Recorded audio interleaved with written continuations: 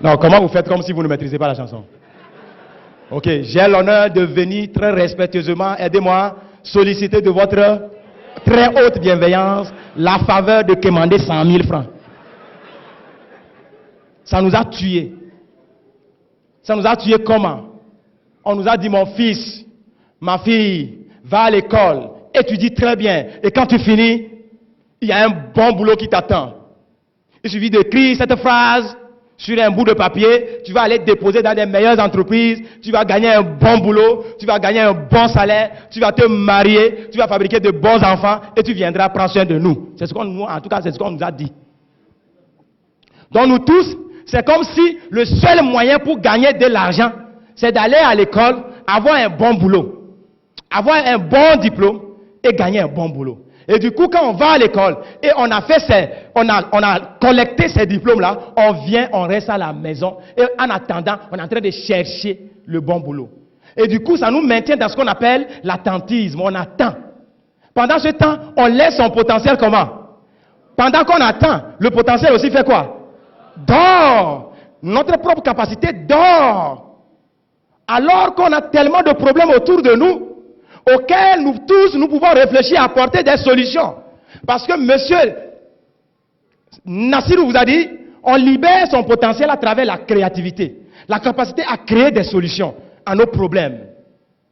Mais à partir du moment où on ne nous a pas inculqué que il faut créer des solutions, eh bien nous croyons qu'il y a des gens qui sont créés de façon spécifique, qui ont la capacité à créer des solutions, et nous on va déposer, j'ai l'honneur là-bas, et trouver le boulot. Du coup, des millions de personnes ont fini leurs études et ils sont à la maison en train de chercher ce boulot. Ils sont devenus des chercheurs d'emploi. Tu cherches l'emploi. Est-ce que l'emploi est perdu?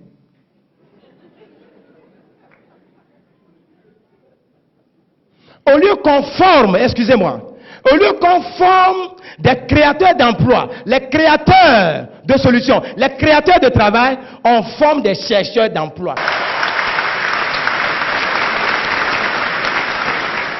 Donc du coup, beaucoup d'entre vous, les parents, vous avez dépensé des millions pour l'éducation de vos enfants, ils ont fini, ils sont revenus à la maison, ils deviennent encore une charge à la maison. Puisqu'on lui a dit, il faut trouver un bon boulot. Au lieu qu'on lui inclut qu'il a toutes les capacités, quand il finit l'école, s'il n'a pas trouvé le boulot, il n'a qu'à créer lui-même son propre boulot. Et on attend. Oh, mesdames et messieurs, quand tu attends, tes problèmes aussi t'attendent. On va dire ça ensemble. Si tu attends, ça t'attend. Notez ça. On va répéter. Si tu attends, ça t'attend. C'est-à-dire, si tu attends, ça t'attend, ça veut dire, si tu attends, tes problèmes aussi t'attendent.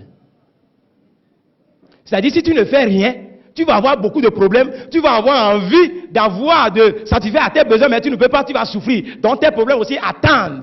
J'étais en Côte d'Ivoire, quand j'ai dit, si tu attends, ça t'attend, il y a un monsieur qui a dit, non, si tu attends, Satan t'attend. Satan représente quoi? La souffrance. Si tu attends, Satan t'attend au carrefour. Les problèmes t'attendent.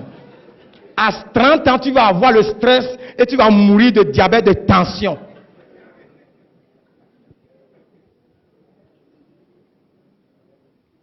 Et ça nous maintient dans quoi? La dépendance. On dépend maintenant des parents. On dépend de la seule personne qui va au boulot, il revient avec son salaire. Et le peu de salaire qui revient, nous tous on va manger. Regardez, mesdames et messieurs, nous avons eu même des parents qui n'ont jamais été à l'école, mais ils ont su gagner de l'argent pour nous envoyer à l'école. La plus forte raison, vous et moi qui avions été à l'école, qui connaissent maintenant comment s'exprimer en français, on doit gagner l'argent. Gagner de l'argent ne doit pas être conditionné par les diplômes.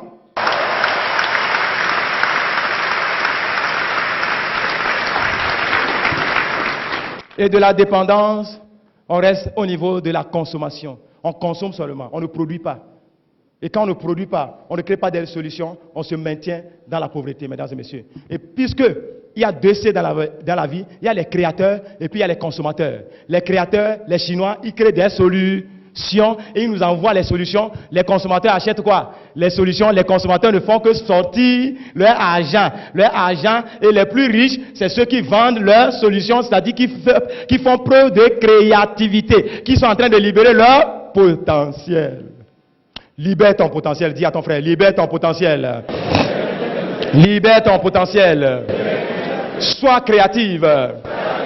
Sois créatif. Sois une solution pour les autres. Alors, vous allez dire vous-même, je libère le plein de mon potentiel. Alors, quand je vais dire top potentiel, c'est ça le nom de l'entreprise. C'est-à-dire, il faut être au top de tes capacités. Top, quand je vais dire top potentiel, tu dis, je libère le plein de mon potentiel. Top potentiel. Je libère le plein de mon potentiel. Oh non, ce n'est pas chaud, ce n'est pas chaud. C'est comme si vous aviez peur de libérer toutes vos capacités. Top potentiel. Je libère le plein de mon potentiel. Top potentiel. Je libère le plein de mon potentiel. Top potentiel. Je libère le plein de mon potentiel. Top potentiel. Je libère le plein de mon potentiel. Mais vous savez, cette mentalité est propre à l'Afrique francophone. C'est vrai, nous disons depuis là que l'Afrique est en retard, mais je vous dis, au moins l'Afrique anglophone est en avance sur nous. Qui est d'accord? Au moins. Quand vous prenez Afrique du Sud, quand vous prenez Kenya, quand vous prenez Ghana, quand vous prenez Nigeria, c'est vrai, on est tous en Afrique, mais au moins, pour eux, est mieux. Tout simplement parce qu'ils font preuve de créativité. Ils sont plus entreprenants. On ne les maintient pas dans la mentalité de bureaucratie. Entre-temps, je suis allé au Nigeria pour voir un peu comment la mentalité se passe là-bas. Parce que moi aussi, je suis africain francophone, 100%. Mais ma mentalité a changé très tôt. C'est ça qui a fait la différence. Alors quand je suis allé au Nigeria surtout, mesdames, j'étais choqué. J'étais même aigri au début. Je vois l'étudiant, suivez attentivement, l'étudiant nigérien vient en classe en voiture 4x4 new, pas acheté au port. Hey, le premier jour quand j'ai vu, il dit, hey, parfois moi je pose la question, are you a student? Il dit, ah, pourquoi tu poses cette question? What is your secret? Quand tu lui poses la question, quel est ton secret? Il va te dire, hey, one leg in school, another leg in business. Notre mentalité ici, notre culture ici, notre philosophie, l'éducation qu'on nous a donnée très tôt, c'est qu'un pied à l'école, l'autre pied se trouve où? Dans les affaires. Et c'est ce qui me permet, moi étudiant, ce n'est pas papa qui m'a acheté la voiture, moi étudiant, je peux m'acheter ma propre voiture, neuve. Mais chez nous ici, quelle est la mentalité? Two legs in school, bien collés, c'est-à-dire 2 pieds à l'école, bien collés. À la fin des études, les two legs reviennent aussi à la maison, bien collés à la maison. On regarde la télévision, on mange, on insulte les parents, on insulte les présidents. On croit que c'est eux qui ont fait quelque chose. Maintenant, l'anglophone, quand il a fini ses études, étant donné que l'habitude est une seconde nature, s'il cherche l'emploi et il trouve cet emploi, il le fait très bien. Parce qu'il se dit, ça c'est ma contribution en tant que fonctionnaire pour le développement de ma nation. Il le fait très bien. S'il est ingénieur en informatique, ingénieur en... il le fait très bien, mais il fait toujours one leg in office, another leg in business. C'est ce qui lui permet de ne pas faire trop de prêts et construire sa maison, acheter sa voiture, s'occuper de ses enfants sans avoir les soucis financiers. Mais revenons chez nous, en Afrique francophone. Quand on a écrit j'ai l'honneur plus de 1000 fois, personne n'a répondu. Le jour où on gagne ce boulot, praise the Lord. Alléluia. Two legs in office, bien collés in office. Quand on finit, les two legs reviennent à la maison, bien collés. On regarde la télévision, on mange un peu. Vous savez, là où nous on est puissant en termes de libération de notre potentiel, c'est notre potentiel sexuel.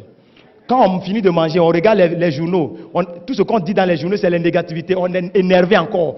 On va se coucher, on libère son potentiel sexuel sur la femme. Nos femmes en Afrique francophone sont tellement fécondes, elles attrapent rapidement, elles fabriquent beaucoup d'enfants. Et quand on fabrique beaucoup d'enfants, les conséquences, c'est que les charges s'augmentent. Quand les charges s'augmentent, le matin, on se réveille, on est énervé, on court, on va au bureau, on revient le soir, on regarde la télévision, on mange un peu. Quand on est stressé, le seul endroit où on peut libérer son stress, c'est sur la femme. On libère encore, la femme attrape, on fabrique encore plus d'enfants, on va au bureau, on revient le soir, on regarde la télévision, on mange un peu, on libère encore, la femme attrape. Au lieu de dire un peu non, les femmes aussi attrapent seulement. Et on a fabriqué tellement d'enfants, les charges ont augmenté, papa est stressé, actuellement il a 30 ans, mais il a tension, il a diabète, lui seul. C'est ça l'Afrique francophone, mesdames et messieurs.